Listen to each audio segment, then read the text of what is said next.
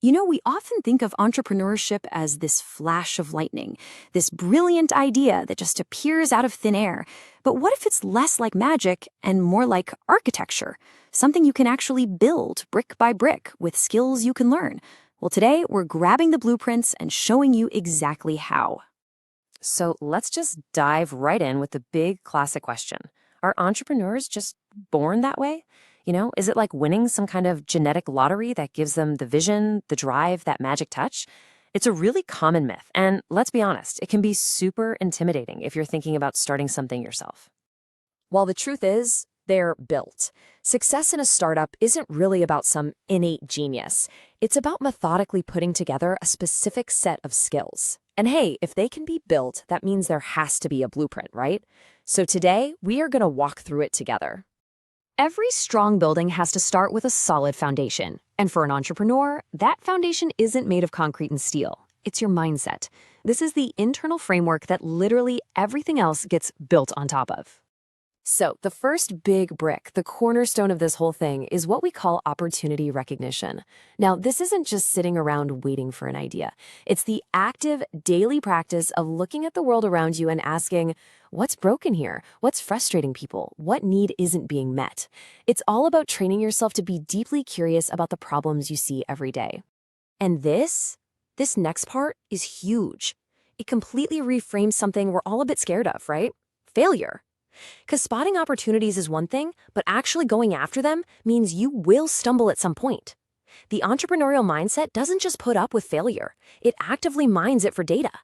Every mistake is a lesson, and every setback is a chance to pivot. All right, so there are 3 other key bricks that finish up our foundation. You've got perseverance and resilience. That's what lets you bounce back from those failures.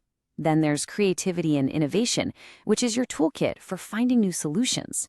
And finally, initiative and self-motivation. That's the spark that makes you act without waiting for someone to tell you to.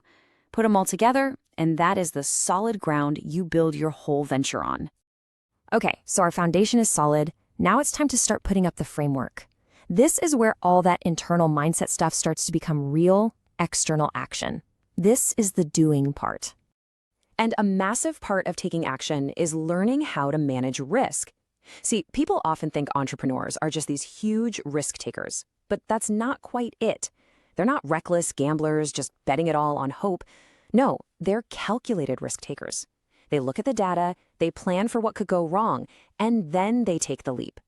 And that right there, that's the crucial difference between a smart bet and just jumping off a cliff.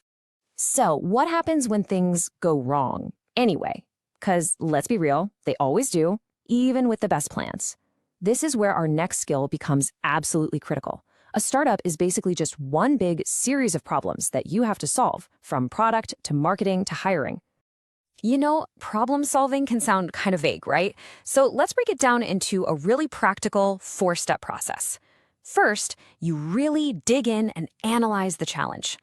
Then you take that big, scary problem and you break it down into smaller, more manageable pieces. From there, you can start brainstorming solutions. And finally, and this is so important, you have to take decisive action. Pick a path and go. So these are the last few tools you need for that action framework. That decisive action is key, but it's got to be backed up by strong planning, knowing your goals, and effective organization so you can actually manage your time and your money. Together, these things give your vision real structure. Okay, so we've got our foundation. We've got the framework. What's missing? Well, you need an engine to actually make the thing go. These are the skills that don't just build the business, they power it, making sure it can actually grow and survive for the long haul.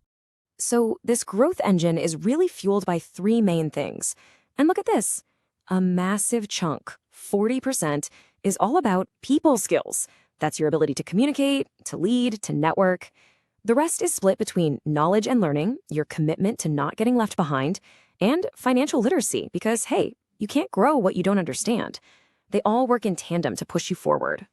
Let's dig into that a little more. Being resourceful means you're scrappy, you make the most of what you've got. Mastering communication and networking builds the relationships that will open doors for you.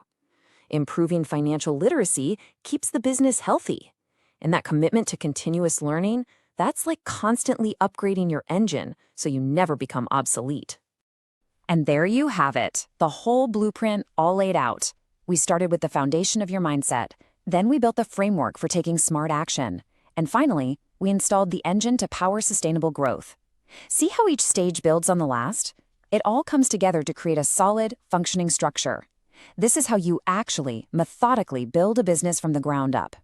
So when you look at this whole blueprint, the goal isn't to become a master of everything all at once. I mean, that's impossible. No, the real question is way simpler. What's the first brick you're going to lay? Are you going to start working on how you spot opportunities? Maybe you'll focus on getting better at making those calculated risks.